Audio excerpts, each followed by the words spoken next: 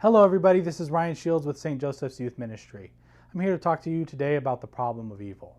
Before I get started, I want to make the disclaimer that this is a very big, very weighty philosophical subject. Look at this as a brief intro.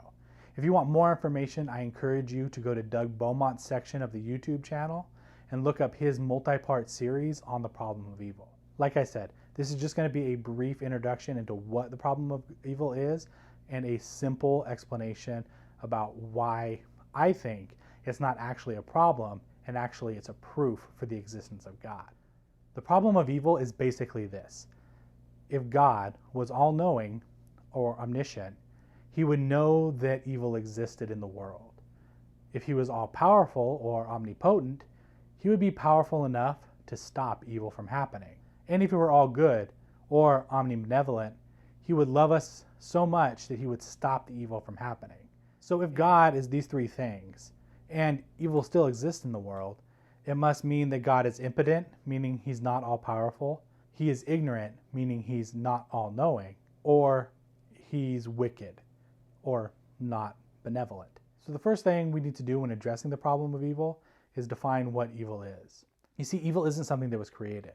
Rather, it's the deprivation of the good, or the absence of the good. What I mean to say is evil isn't something in and of itself, something that was created, rather it's just the absence of good. Therefore, it wasn't created by God, but God allows it to happen. You might be asking yourself, if evil's a problem and God allows it to happen, then why doesn't he just do something about it? You see, for the most part, evil, especially caused by humans, is a consequence of our ability to choose right from wrong. God gave us free will so that we could freely choose him, right? He wants us to know him, love him, and serve him in this life, so that we can be with him forever in the next. You see, if God gave us free will and then forced us to do something that was against our free will, he would essentially be a liar. So in the end, by giving us the gift of free will, God opened the door for evil to exist in the world.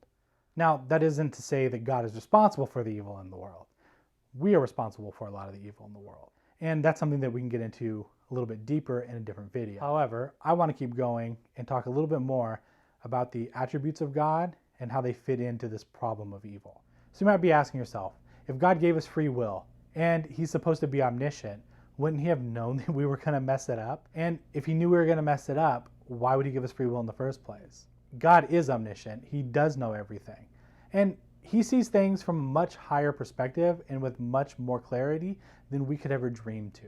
So you may be asking yourself, if God is omniscient and he knew we were going to do wrong, or he knew evil was going to exist in the world, then why did he give us free will? Well, the best example I can think of this is when you take a kid to get their vaccinations. You see, as parents, we know that even though it's going to hurt the kids a little bit, meaning they're going to get a shot, they're going to get something stuck into their arm, that's going to hurt. It's going to cause them to cry. But we know even though it causes them pain now, we're safeguarding them against something that could be coming potentially in the future. So we're playing the long game. Like us playing the long game with vaccinating our kids, God is also playing the long game. I mean, it's taken us 2,000 years to learn what we know about the death and resurrection of Jesus Christ. And really, we're just scratching the surface of that. There's a lot more we can learn. There's a lot more we can know about God. It stands to reason that an all-knowing God knows a lot more about any of this than we could ever figure out. I mean, he knows intentions. He knows what happens behind closed doors. You know that government meeting that you always wondered what they said in there? Yeah, God knows that too. You see, God knows everything.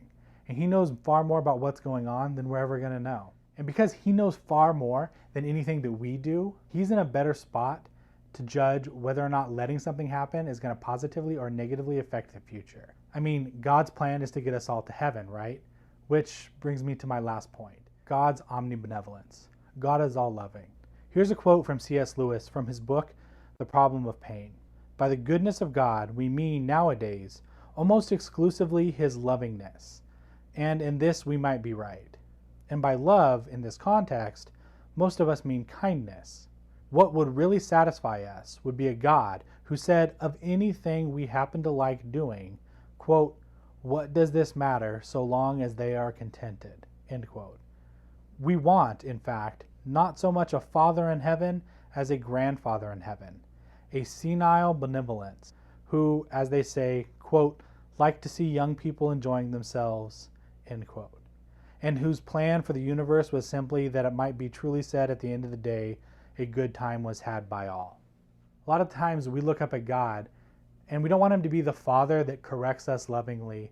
We don't want him to be the one that guides us to heaven. We want him to be the one that just says, it's okay, I love you, have a hug. Now, evil does exist in the world. God loves us so much that he's going to create a good end out of anything that happens. When we get to heaven, we're going to look back on our life with 20/20 vision. We're going to be able to see everything that God had planned for us and everything that he allowed and how it affected us on our journey back to him. I mean, God loves us so much that he wants us to be in heaven with him for eternity, which is the reason why he gave us free will, which is the reason why he permits us to do evil and evil to happen around us so that we can have the ability to freely choose him. In the end, what I think we have here is an argument for God. I would argue that because evil exists, it shows us that good also exists. I would also argue that the truest form of good is God. If evil exists in the world, and we know that evil is just actually a deprivation of the good, then it points to a good that is above all things. It points back to a loving creator that gives us free will in order to allow evil to happen in the world. Again, this is just a brief introduction into the problem of evil. I'm not setting out to answer all the questions, but to simply put forth what it is and a response to it. I'd like to give a shout out to Matt Fradd and his article on the problem of evil on the Catholic Answers websites. I used his article as a format for this video, and I wanted to give him due credit. Now I'd like to talk about a saint that has a lot to do with what we're talking about today, St. Thomas Aquinas. St. Thomas Aquinas lived in Italy from 1225 to 1274. He was a Dominican friar, Catholic priest, and doctor of the church. St. Thomas Aquinas is considered one of the Catholic Church's greatest theologians and philosophers. Pope Benedict XV even declared that the Dominican order acquired a new luster when the Church declared that the teachings of Thomas were her own. He wrote the Summa Theologica. It is widely considered to be one of the classics of the history of philosophy and one of the most influential works in Western literature. It is intended as an instructional guide to theology students, including seminarians and the literate laity. The Summa's topics follow a cycle of God, creation, man, man's purpose, Christ, the sacraments, and back to God. One of the things that he does in the Summa that I greatly appreciate is that he gives objections to his teachings. And in the end, that's what I think makes St. Thomas one of the greatest theologians. He not only tells you what he thinks, but he also tells you objections, and he works those out. So he's truly trying to educate and win you over to his perspective. St. Thomas is the patron of academics, apologists, Catholic academies, schools, universities, chastity, learning, publishers, philosophers, scholars, students, theologians, and pencil makers. So you know that wood number 2? Yeah. Thank you, Thomas Aquinas, for being our patron for pencils. St. Thomas is one of my favorite saints. He's my favorite theologian, and he's my favorite philosopher. Him and Augustine are considered as giving us the building blocks of all that we do and all that we teach today. So I encourage you all to look up more about St. Thomas. I think that you'll be better off for the time spent learning about this big influence on the church. I mean big too, because he was a big guy. I like to end videos with a little thought about what you need to know and what you need to do. Although the problem of evil persists in theology, it's not something that there is no answer to. Now, I provided some answers today, but there are a lot more answers out there. I would encourage you to read St. Thomas Aquinas, and if that's too heavy for you, go over and listen to Doug's multi-part series on it. Look for more information. Go to Catholic Answers, go to good, solid Catholic resources, and learn more about the problem of evil and a Catholic response. You see, I believe that in the end, when we search for truth, we will always come home to the Catholic Church. Thank you so much for your time today. Know that you are always in my prayers. God bless.